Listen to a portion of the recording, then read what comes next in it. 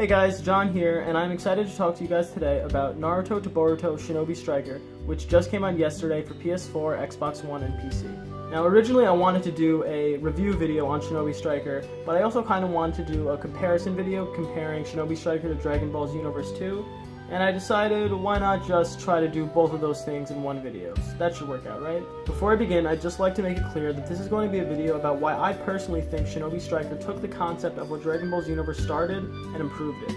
Now everyone who knows me in real life knows that Naruto is my favorite series. 12-year-old me would be so jealous right now because this is the exact type of game I wanted back then. An online multiplayer Naruto game that has character creation. Make your own ninja. Here I've got our games. Dragon Ball Xenoverse 2 for the Nintendo Switch, and Naruto to Boruto Shinobi Striker for the PlayStation 4. I have never played the first Xenoverse game, I've only played Xenoverse 2, so this is the game I'll be talking about in this video. I also picked up Xenoverse 2 on the day it came out last year on September 22nd, 2017. I am a fan of Dragon Ball Z, but I mainly watched it when I was younger. I was never a die-hard fan. I do like most of the older stuff, although personally I feel Dragon Ball Super is a complete train wreck, but that's for another video. Anyway, this was back when I had first gotten the Switch, and when I heard that Dragon Ball Xenoverse 2 was being ported to it, I got excited because of the possibilities that presented for anime games on Switch. With past consoles, Nintendo usually missed out on all the anime games. Fast forward to now and we can see that is clearly no longer the case, as the Switch has been getting quite a lot of the popular anime games being ported to it. They even recently released Naruto Ultimate Ninja Storm Trilogy for it. Previously, the Storm games could only be played on PlayStation, Xbox, or PC. Anyway, I had heard about the Xenoverse games before, and the character creation sounded pretty cool, and really I just wanted a new game to play on my Switch. So I went for it. I played it for about a week. I think I have like 20 hours in it, and I literally have not played it since that first week that I bought the game. It is the only Switch game I've purchased that I regret buying. And why is that? Well, I really just found it kind of repetitive, kind of boring. I found myself bored pretty fast, and the game just gave me no reason to want to ever go back to it. If you're like a die-hard DBZ fan, you'll probably enjoy this game, but personally, I just found myself bored and found the matches repetitive. But this is not a Xenoverse 2 video.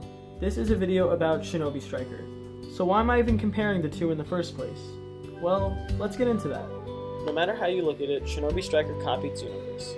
They took the concept of the game that Xenoverse created and made a Naruto game instead. By no means is Shinobi Striker a ripoff or a carbon copy of Xenoverse, but Xenoverse is clearly an influence. They both start off by making the player create a character. They are then taken to the main hub, where the player can walk around and interact with other online players, and talk to NPCs to do things like edit your appearance, purchase items, and play online matches. The matches are where the games really differ, and where Shinobi Striker really comes into its own. But we'll get into that a bit later in the video. Here are the main four categories I'll be comparing. Presentation, character customization, the hub world, and gameplay. Let's take a look at both of these games and see how they stack up against each other. I think both Shinobi Striker and Xenoverse 2 have a pretty good presentation. The graphics for both games are pretty high quality for an anime game. That being said, I think the scale gets tipped in the favor of Shinobi Striker because it has a more unique style. Everything in Shinobi Striker has this sketchy looking texture on it that makes everything sort of look like a manga page. It gives the game a unique overall look and it works. The combat in both games looks great, and both games do a great job at representing the combat from their respective series. That being said, I think the graphics in Shinobi Striker are a bit more cleaner and polished. The character creation in Xenoverse is decent but kind of limited, and most of the time I found myself preferring to use one of the iconic characters from the series over my own character. You can choose to play as the Naruto cast in Shinobi Striker as well, but there's more incentive to use your own characters. Although the customization options are pretty limited at the start of the game, you can unlock many more throughout the game. You can change your character's hair, clothing, accessories, add face paint. You can even change your headband. There's a great sense of progression and accomplishment in Shinobi Striker, because after each online match, you unlock scrolls which you can take to 1010 at the weapon shop to appraise. Once appraised, scrolls will unlock new clothing, weapons, or money for your character. You also level up after online matches, which unlocks more ninjutsu to use. It's exciting to unlock these new customization options and think about how you will implement them into your next match. You're constantly progressing and working your way towards becoming the top ninja. The way you unlock items in Xenoverse works differently. You can unlock more clothing through shops, quests, story mode, and NPCs, but the game did nothing to make me care about my character or make me care about unlocking new items. Part of this is because of the way Xenoverse is structured. That brings us into our next topic. Kanton City, the hub world in Xenoverse 2, is unnecessarily big for how little content is actually in there. When I was playing, there would be times where I would get lost in the hub world, trying to find the online matches lobby. I would wind up running around talking to NPCs for a few minutes, wasting time because the hub world was just too big. Essentially, Kanton is a large, empty area. There are even mount items that let you ride on things like the flying nimbus or a pole to get around faster. But it seems kind of pointless in the end. Instead of adding a mount so that you can waste less time running around the hub, why not just make the hub smaller? That takes us to Shinobi Striker.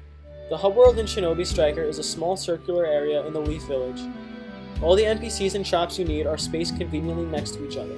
You can run to the Hokage's office to enter an online match. Then after a few matches, when you've either leveled up or gathered up a bunch of scrolls, you can run over to Sasuke at the ninjutsu library to unlock your new ninjutsu. What'll it be? You're quite skilled. Then head over to 1010 at the weapon shop to appraise your scrolls and unlock new items.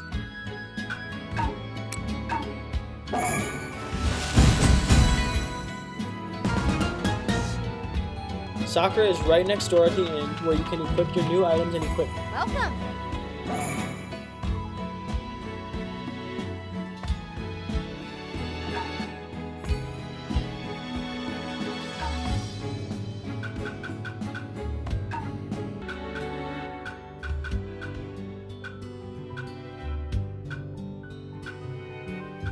There's also Kakashi nearby who you can speak to do different quests at the VR Ninjutsu Arena.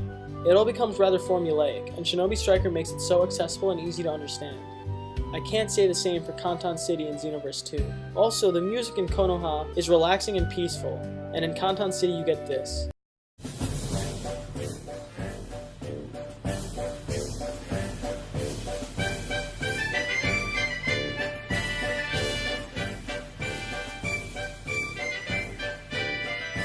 Like, what is this? Why am I suddenly at a carnival? To be fair, you do unlock several other songs that you can use in the hub in Xenoverse 2, but right after you create your character and first set foot into Kanton City, this is your first impression.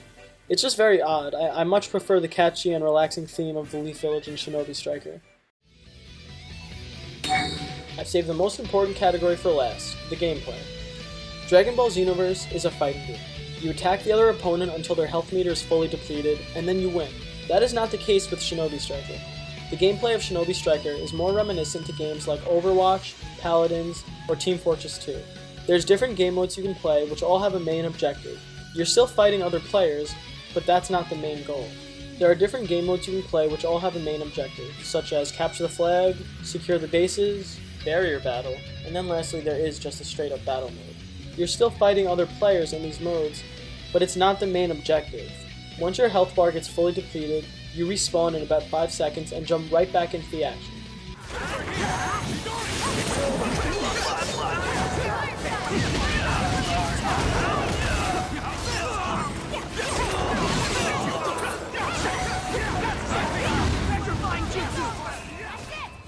Dragon Ball's gameplay is much simpler, being just a fighting game where you try to take out your opponent.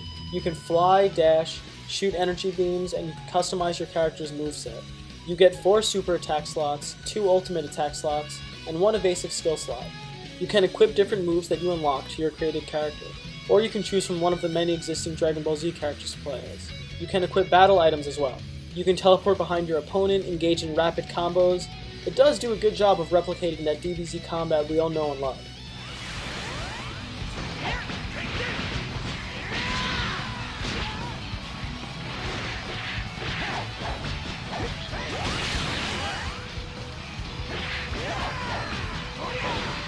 It also features up to 3 vs 3 multiplayer, which is more fun than just playing 1 vs 1. But it's ultimately the same thing. You wind up just spamming your strongest special moves. I never felt like there was a lot of strategy involved. One thing worth noting about Xenoverse is that the Xenoverse games have a story mode. Shinobi Striker has no story mode, and instead focuses on the gameplay. I think this was a smart decision, because we've already had several video games that retell the plot of Naruto and Naruto Shippuden. It's also a daunting task, and why bother attempting it when we already have the Ultimate Ninja Storm games which do a great job of it. I didn't find the story mode engaging in Xenoverse 2, aside from a few cool cutscenes. After you create your character, you're recruited by Trunks to join the Time Patrol, a team tasked with making sure that no one messes with history. The plot is mainly an excuse to have the player's character participate in the main events that take place in the Dragon Ball Z timeline. And unfortunately, as I said, I wasn't engaged with the story mode either, and I haven't even finished it. Each story mission and every quest, no matter what it is, pretty much consisted of the same gameplay as the online matches. Flying around a sandbox area and fighting enemies. Again, it just gets boring and repetitive. Now, the gameplay in Shinobi Striker. Shinobi Striker truly is the closest that video games have come to replicating what it feels like to actually be a part of a real battle in the Naruto world. This is due largely to the fact that this is the first real Naruto game with online multiplayer for more than just 2 players. You're in a chaotic battle with 2 teams of 4 people, 8 people total. This is a competitive team-based game. Your team is relying on you to do your part. You're part of a 4-man cell, just like how the teams work in the series. No other Naruto game has ever done anything like this before, and as a result, this game successfully achieves what it is trying to do: immerse you into the world of Naruto and make you feel like a shinobi. And I believe Shinobi Striker does a better job of immersing the player into the world of the show than Xenoverse does for Dragon Ball Z. It does this by forcing you to create your own character as soon as you start the game. You customize their features and get to choose which of the 5 great nations you want to be affiliated with. On top of that, it provides online multiplayer gameplay that requires quick thinking, strategy, and most importantly, teamwork. As for the combat and gameplay, there are 4 different roles to choose from: attack, defense, ranged, and heal. They each specialize in different areas of combat. Some roles, like heal, is a support role, while attack is offensive. Each role has different weapons and ninjutsu that they can equip. You can learn more ninjutsu by training under different characters from Naruto. For example, you learn Chidori from Sasuke, while you learn the Rasengan from Naruto. All you really have to do is choose the character you want to train under, and then you rack up points with them and level up by playing online matches. Like I said before, there's a great sense of progression and accomplishment in Shinobi Striker, because after each match you unlock more scrolls, which can unlock more clothing or weapon options, and you also level up with your master, which unlocks you more ninjutsu. All of this equals up to a really fun package. It gives you a reason to want to continue playing more matches. The way Shinobi Striker is structured and the way it presents itself are just so much better than how it's done in Xenoverse 2. Xenoverse 2 has some of these same features, but it's structured in a way where everything is scattered and it doesn't reward you properly. It's just not as seamless as it is in Shinobi Striker. As for the actual combat of Shinobi Striker, it doesn't disappoint. It's not a button masher like the Ultimate Ninja Storm games. Your main combos are with the square and triangle button. Square is light attacks, while triangle is heavy attacks. X is jump, and circle uses your sub-weapon, like a kunai or an explosive tag, which you can also customize. You can do a long chakra jump with R2. The longer you hold R2, the farther you jump. You can block with L2, and if you hit R2 while blocking when someone is attacking you, you can reflect their attack back at them. As usual with Naruto games, you can use the substitution jutsu to teleport away when being attacked. You can have 2 ninjutsu equipped at a time per roll, which you can use by pressing L1 and R1. You also have an ultimate attack that you can use by pressing up on the D-pad when the meter is full. Your substitution jutsu, ninjutsu, and ultimate jutsu all have a cooldown, so try not to spam them and use them wisely. It's a lot of fun to change up the ninjutsu you think might work well together. Here's the coolest thing about the gameplay though. You can throw a kunai with a wire attached to it by pressing R2 when you're in the air. It goes a pretty far length, and you can use it to recover and save yourself in just about any situation. Once you latch onto a wall, you'll automatically activate chakra in your feet and cling to the wall, letting you run around on any surface. When you die in a match, you'll respawn after a few seconds. During this interval, you can choose to change your role mid-match, letting you jump right back into the fight with different weapons and ninjutsu. You're able to save up to 4 different loadouts for your character and change between them during an online match. You can even change the clothing for each loadout, pretty much letting you have 4 different outfits, which I think is smart. It's taking full advantage of the character customization. It gives you even more incentive to want to collect more items. It honestly reminds me a bit of Splatoon, just another reason why the character customization is better in Shinobi Striker. Now don't forget, just like in Overwatch, the role you pick is important during the match. Ideally, a team will be working together and utilizing voice chat to communicate what roles they think work best for the situation. You should pay attention to the roles of your teammates and choose yours accordingly. Again, teamwork is key here. This game is also going to take a lot of practice. There's definitely a learning curve. Right now, I'm still getting the hang of it, but mostly I've been getting my butt kicked online. Well folks, there you have it. Again, this is all just my personal opinion, but I really think that Shinobi Striker took what Xenoverse had established and pretty much improved it in every area. From the presentation, to the character customization, the hub, and the gameplay itself. Finish him.